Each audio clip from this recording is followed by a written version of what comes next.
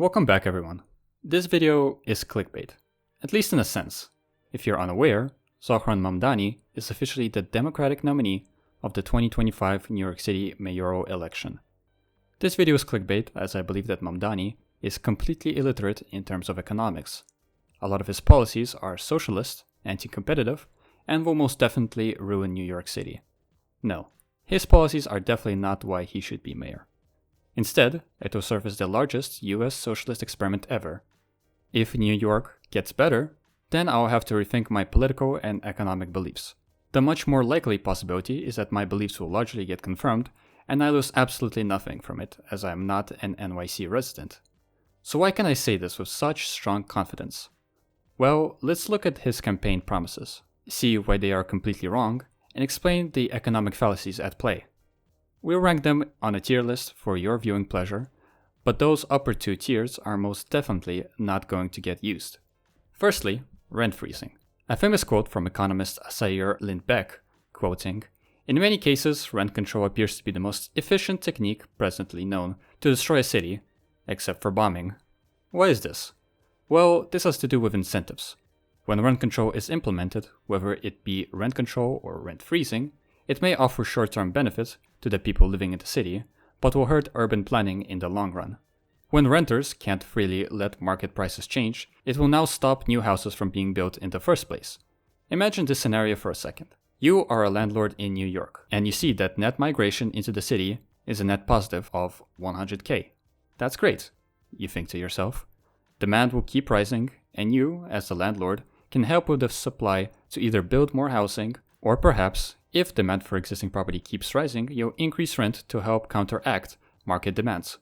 But out of nowhere, you see Mamdani, as mayor, establish rent control, rent freezing. What do you think? Well, now you can no longer appeal to market demands. If demand keeps rising, you will no longer be able to profit off of it, and thus you will no longer build the housing you had planned. It no longer makes economic sense for you. So now, new residential buildings are not being built, and you think to yourself about just selling off the property, or maybe just using it for yourself. Here's the big issue at play. When rent control is introduced, supply cannot meet demand. It is a nativist solution that empirically always shows that it leads to less housing being built, disincentivizing growth of the city's population and leading to a lot of people ending up homeless. Argentina's Perón showed this firsthand, and the solution: get rid of rent control, incentivize the building of new housing by slashing regulations, and let supply catch up with demand. That will ironically lower rent prices instead of freezing them, which is a much better solution than even the utopian solution that Mamdani provides. For this reason, this will get an F. Even a teenager can understand this. Zohran also plans to build affordable housing using taxpayer money, which is built by the government. This is anti-competitive behavior and is better done by the free market. Mind I remind you that net migration into New York City is 100,000 per year. If we give the utmost generous condition that each one is a family of 4, it will give you 25,000 houses needed to be built to even meet market demands. How many does Mamdani plan to build? 20,000 per year, all being built using billions of taxpayer dollars. Absolutely hilarious. This also gets an F. Even if it works out, which knowing government projects is unlikely, he will not solve the housing crisis in NYC and would arguably make it worse. Next up, free buses. Quoting from the campaign, "Our plan to make buses free will save NYC riders 36 million hours per year and provide $1.5 billion in economic benefits." The statement is lying to you. The $1.5 billion number is calculated by taking the aggregate value of time saved for passengers and just multiplying it for everyone who even takes the bus. In truth, free buses will not provide economic benefit to the city. Instead, it will be a costly operation which would be anywhere from $500 million to $700 million, and funded fully through your taxes. This also had a knock-on effect of incentivizing people to take the bus more, meaning the buses will get much more crowded, an issue that New York residents care much more for, with one survey showing that bus crowding is an issue for 29% of riders, while fare prices are 11%.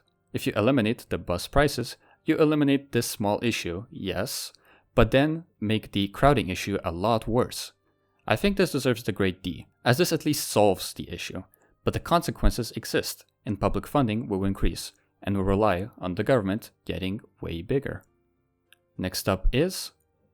what the actual fuck? $30 an hour minimum wage? Immediately goes to F. If you truly believe that a business receives $30 an hour worth of value from an 18-year-old teenager, you need to be lobotomized. This will quintuple the prices of everything in New York and will cause millions of people to be left without a job. Think about it. Why not $100 an hour? Why not $1,000 an hour? When does it stop? And if this works so well, then why won't every single country add a $30 an hour minimum wage? Maybe even 50, 100. You get the point.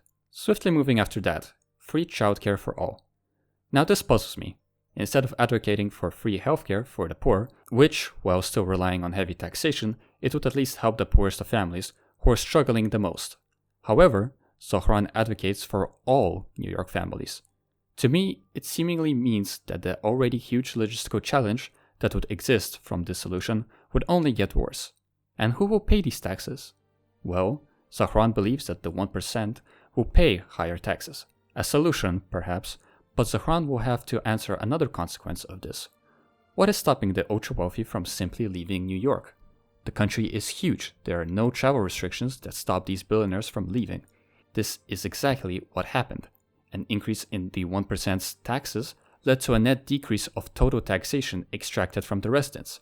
This makes me question how would Zohran address these consequences, and how will he fund all of this new government spending if things truly don't go out for him. For these reasons, I feel comfortable putting this into D tier. Lastly is his citywide affordable groceries. Quoting from his website, as a mayor, Zohran will create a new network of city-owned grocery stores focused on keeping prices low, not making a profit. Without having to pay rent or property taxes, they will reduce overhead and pass on savings to shoppers. To me, this comes off as anti-competitive. By allowing such stores, you increase public funding, which would most likely mean higher taxes, and in turn get a government service that has the very real possibility of being less efficient than private counters. Mamdani also claims that these stores will be able to deliver cheaper product by not having to pay property tax. My only question to you, Mamdani, why not just remove property tax altogether? Wouldn't private stores be able to cut their costs if they didn't have to pay the egregious expensive tax? This will achieve the exact same thing, just without needing hundreds of millions of dollars in investment. This again goes into D tier. It has a very real solution that is being proposed, just in the absolute worst way possible. And this brings me to the end of the video. As you can see, Zohran Mamdani has a very wrong perception of economics and uses optics to appear like the underdog who stands up for the working class. But in reality, the very policies he proposes will inevitably make the city much worse, not only for the top 1%, but also for regular Americans and the working class. Thank you for watching this video. I'm currently in the works on a mega project about Scandinavian socialism, so please subscribe if you're interested in that. I'll be paying close attention to the ongoing mayoral debate, and if there are any updates to his policies, I will shortly cover them. Thank you for watching, and goodbye.